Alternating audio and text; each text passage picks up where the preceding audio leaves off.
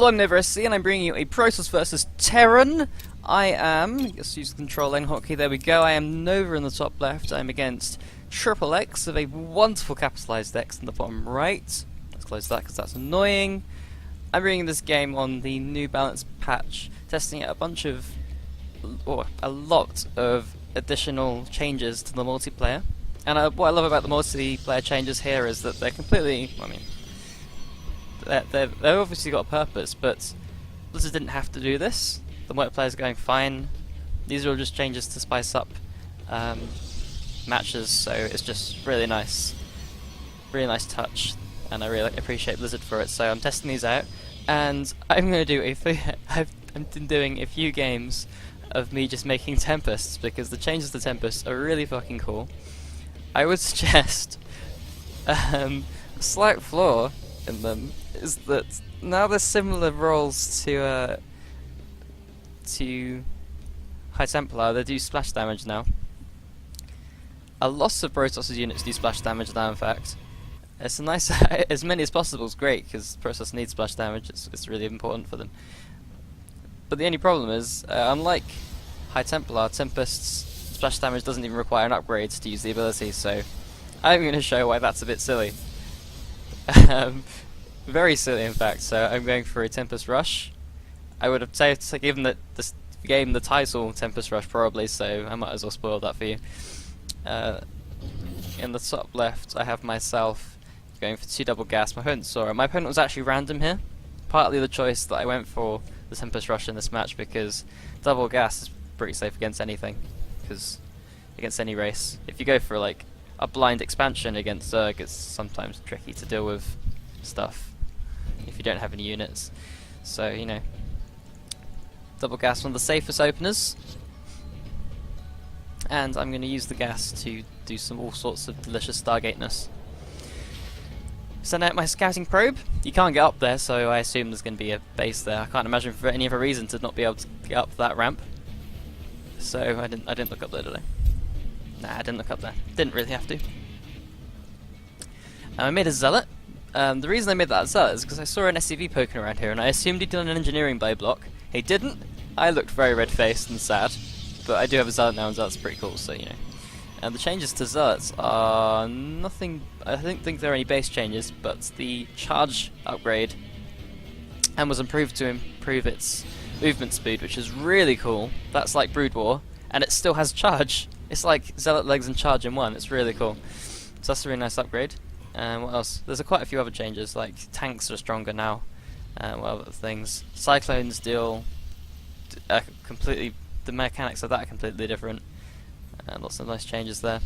My opponent's going for a 1 base play with starport, so he's just doing an aggressive. Oh, there's an expansion. Didn't notice that. So this is a really cool play actually. So yeah, he's staying on 1 base, which is really safe. Going for an aggressive starport opener with mines. Yeah.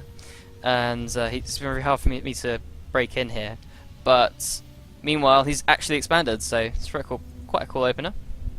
Unfortunately for him, unlike almost every build that I could do as Protoss, almost every other build I've gone for a Tempest opener. This should be a fleet beacon, there we go, proxy both of those because I'm bouncerous.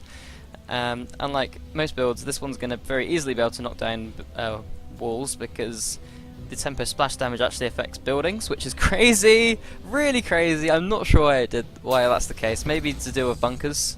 Maybe a change so that it only affects bunkers. I don't know. Could be adapted, but I don't know. It's gonna be very good for me for knocking down supply depots and just bursting in, because the problem with him expanding like this in this way, it's gonna be very hard for him to deal with units inside this base once I break down his frontal defenses, because he's separated from workers and all sorts of things. Anything that he puts over here he can't get to. So Tempest should be coming up soon. Now the fleet beacon's finished. Adding a couple of extra gateways so that I can reinforce.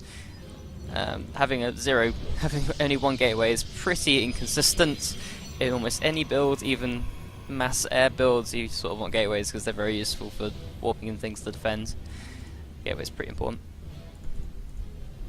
So that's if only just to make Zealots as a gas dump. I'm sorry, a mineral dump.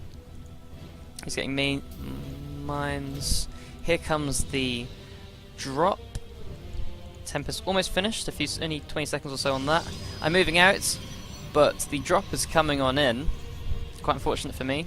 His base is setting up, he's dropping all his mules down there, which is really smart. And he comes on in just as I leave.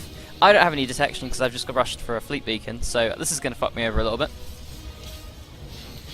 4 boat probes going down, there's probably another 4 going down here. Only 3. My efforts to split increased the amount of damage I took. But here we go, I'm just making Adepts and Tempest, so Tempest is going to be all my anti-air damage, all my anti-air requirements. How am I going to word that better? All my anti-air requirements are being met by my Tempests, so I don't need any Stalkers or anything. And Adept's really good against Marines, and Marines is probably what he's going to be making. Tempest walks in, he sees some tanks, very good. This is what the Tempest ability is made for, again, pretty much, tanks. He's busy microing back home, and he's losing 3 Marines and a tank. He's not unsieging. I don't think you can lift that up anymore. I think the lift was removed, so that's unfortunate for him. He probably kept clicking on the siege tank and was like, why isn't this moving? To deal with the mines, I've just built a forge, and I'm going to build cannons in my mineral lime. Building a forge for just that purpose is a bit crappy, but I'm going to be needing a forge anyway at some point anyway, so if I was to transition into the later games, so I'd want upgrades at some point. And this is where this build gets really dirty, because what I'm going to be doing here is having my Adepts bound here. If Marines try and run up, they're going to get slaughtered by the Adepts. And now I'm just going to abuse the range of these Tempests. What the fuck, he says, quite rightfully. These things don't have a ridiculously long cooldown. That's cooldown was maybe 32 seconds, I think? Oh, you get a new one as soon as the other one runs out. That's really cool. That's really cool. Yeah, that makes sense actually, isn't it? It's almost channeled, but you can move the Tempests afterwards.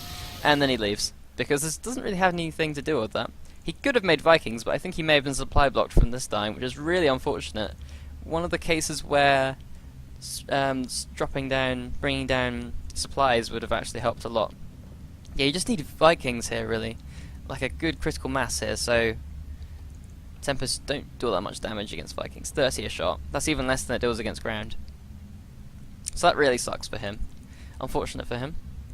A really nice change which was made. I was looking at this and thinking this is actually the most ridiculous thing I've ever seen. But if you had Stim, I've been looking at this a bit more. The recent range change on Tempest is now it only has a range of 6 against ground. And that's the same as Marines. Oh, actually no. Marines have 6. Sorry, Marines have 5. But yeah, as I'm saying, like, range is significantly lower on the Tempest, so you can't really exploit that quite as much, so I guess it is quite possible if you with Stim run up and snipe these down, because they have to get up really close now. But yeah, either way, the splash damage is really good at knocking down the frontal defences dealing with tanks and anything, and it was really hard for him to deal with, so I know I'm going to go and do a hell of a lot more of these, because that was insanely fun to play. I'll see you later.